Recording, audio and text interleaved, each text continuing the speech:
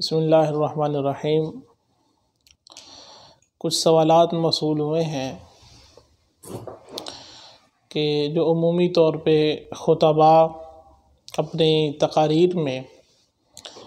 جب ہجرت کا واقعہ بیان کرتے ہیں تو اس کے دوران آپ صلی اللہ علیہ وسلم کا غار ثور پہ ٹھہرنا اور اس دوران جو معاملات ہوئے ہیں انہیں کچھ اس طرح بیان کرتے ہوئے سنائی دیتے ہیں کہ آپ صلی اللہ علیہ وسلم جب وہاں پر گئے، اندر تشریف فرما تھے، اور مشرکین جب آئے تو اس وقت وہاں پر اللہ تبارک و تعالیٰ نے ان کی مدد کے لیے ایک درخت وہاں پر اگا دیا، اور ایک مکڑی آئی جس نے وہاں پر جالا تن دیا،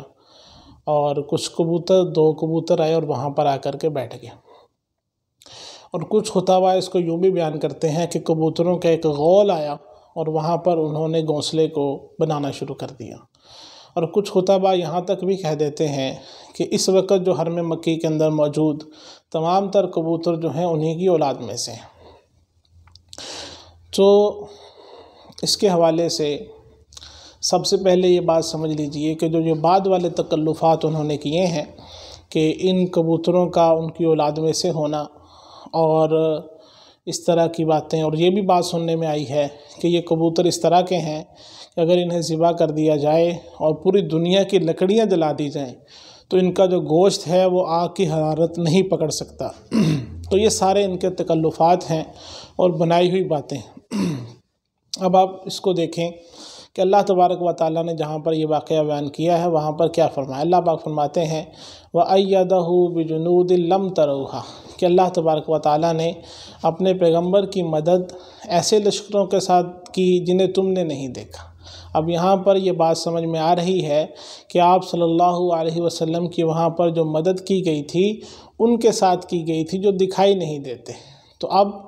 جہاں پر جو جنود ہے، جو لشکر ہیں جن کے ساتھ مدد کی گئی ہے، اللہ تبارک و تعالیٰ نے ان کو مقید کر دیا ہے، ان کی صفت بیان کر دی ہے کہ وہ دکھائی نہ دینے والے لشکر تھے۔ لہٰذا ہمیں سمجھ میں آتا ہے کہ آپ صلی اللہ علیہ وسلم کی جو مدد تھی وہاں پر فرشتوں کے ذریعے کی گئی تھی، نہ کہ ان چیزوں کے ذریعے جو یہ بیان کر رہے ہیں۔ البتہ جو یہ روایت ہے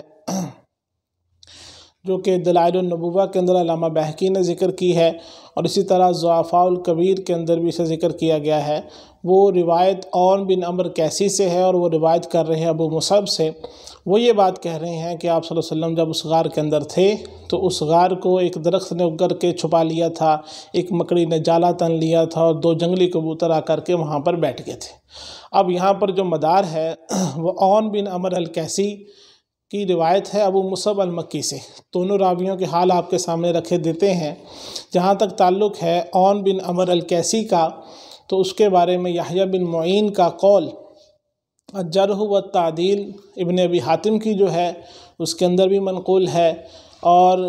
میزان الاعتدال علامہ ذہبی کی جو ہے اس میں بھی منقول ہے کہ لا شیء، یعنی کہ وہ کسی غیر معتبر راوی ہے جو عون بن عمرو الکیسی ہے، اور جس سے وہ روایت کر رہے ہیں ابو مصعب مکی، اور وہ مجہول ہے۔ اب ایسی روایت جس کے اندر ایک راوی مجہول ہے اور اس سے آگے بیان کرنے والا راوی جو ہے وہ غیر معتبر ہے، تو ایسی روایت کی بنیاد پر کسی قصے کو اس طرح بیان کرنا گویا کہ یہ بڑی پختہ بات ہے، یہ درست نہیں ہے، جبکہ قرآن کی آیت بھی اس کے مخالف معنی رکھتی ہے۔ اور اگر آپ صحیح بخاری کی روایت نمبر 3653 میں دیکھیں تو حضرت ابوبکر رضی اللہ تعالیٰ عنہ کا یہ فرمان موجود ہے کہ اگر ان میں سے کوئی شخص بھی اپنے پاؤں کی طرف دیکھ لیتا تو ہم اسے دکھائی دیتے، جو اس بات کی طرف اشارہ کرتی ہے کہ ان کے اور ان مشرکین کے درمیان جو غار کا منہ تھا اس کے درمیان کوئی بھی چیز حائل نہیں تھی۔ تو خالصتاً اللہ تبارک و تعالیٰ نے وہاں پر جو مدد فرمائی ہے وہ فرشتوں کے ذریعے، ایسے لشکروں کے ذریعے کی ہے جو دکھائی نہیں دیتے۔ اور جو دوسری روایت ہے اس کا جو حال ہے کہ اس کا ایک راوی مجہول ہے اور دوسرا جو ہے غیر معتبر ہے، وہ آپ حضرات کے سامنے ذکر کر دیا گیا ہے۔ وما علینا الا البلاغ۔